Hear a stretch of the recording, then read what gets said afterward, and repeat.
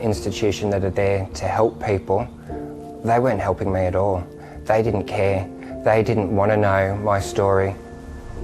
Michael Crawford was 10 years old when he joined the Salvation Army in 1997. My dad had distanced himself from our family. I didn't have a father figure in my life. Being a part of this church, it became very important to us, and it was our lifeline. The first time I walked in there, we were embraced, we were shown love. What do you want the tax to say to use credit card? You're not allowed, I'm plastic too. Life was good, learning,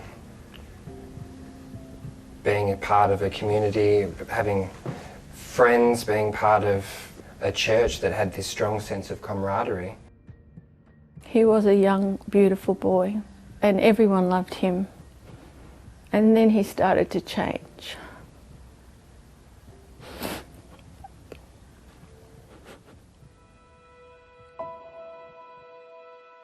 When he was in Year 5, Michael's life was forever altered by a man named Jim Brown, who he met through the Salvation Army. He came into the church community accompanied by another gentleman who was well known in the church and well loved, and arrived on big shiny bikes, and of course all the youth were very interested in that. Howard Mole was a Salvation Army officer in Newcastle in the late 90s. Yes, I had a lot to do with him in that time, really. With their shared faith and love of motorcycles, Howard introduced Jim Brown to the Newcastle Salvos.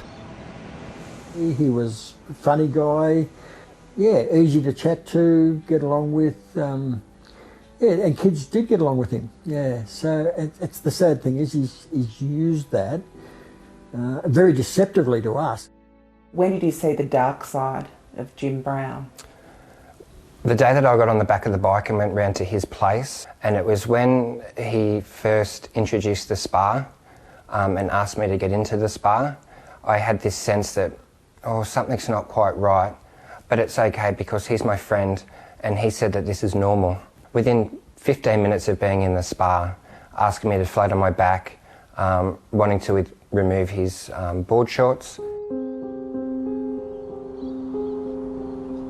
The abuse went on undetected for 5 years. All the youth and their parents would go to McDonald's or Hungry Jack's, and he would always go, but he would never sit with the adults. He would always sit with the children. We didn't see.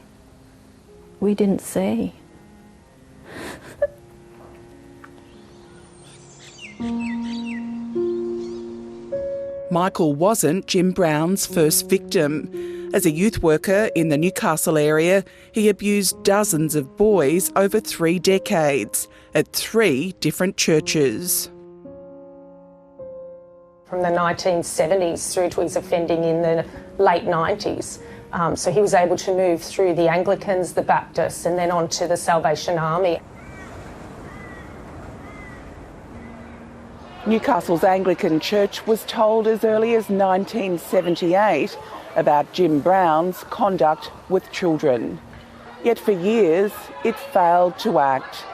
Jim Brown later joined 2 other churches where he kept abusing children. He was able to move from one place to another and do great harm. You take away the sin of the world, have mercy on us. The Anglican Bishop of Newcastle, Dr. Peter Stewart, concedes there were significant failures in how his church dealt with Brown. The Diocese of Newcastle should have known more about James Brown offending at an earlier point and taken action clearly to prevent his further offending.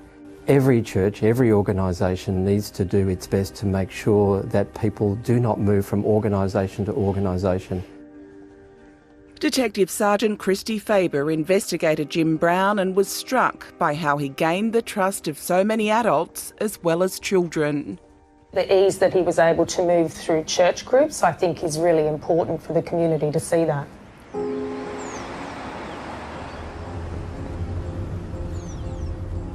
In 2014, Michael made a complaint about Brown to the Salvation Army. It took the Salvos 2 years to formally respond. I received a letter that they said that Jim wasn't a member of the church, that there was no documentation, there was no records. The Salvation Army claimed it wasn't liable for the abuse, telling Michael that Jim Brown was never a soldier and that he rarely attended its Newcastle church. Well, the facts in the police case show clearly that he was a soldier within the Salvation Army.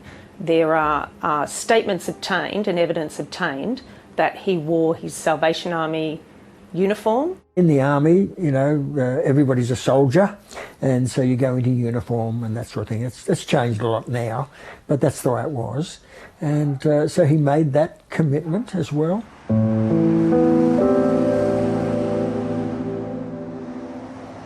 In the same year that Michael received his letter, the Salvation Army responded to damning Royal Commission findings. The church admitted its past policies for dealing with sexual abuse were flawed and promised to re-examine every past claim. After receiving new information from 7:30 about Michael's case, the Salvation Army said it would reassess his claim. In 2012, Jim Brown was convicted of abusing 20 boys and sentenced to 20 years in prison. He died in custody earlier this year while awaiting sentencing for further child sexual assault offences. It destroyed my life in so many ways. You can smash a tile and make a beautiful mosaic out of it. So I guess that's how I look at myself. Whilst I'm broken, I'm still an okay person being put back together.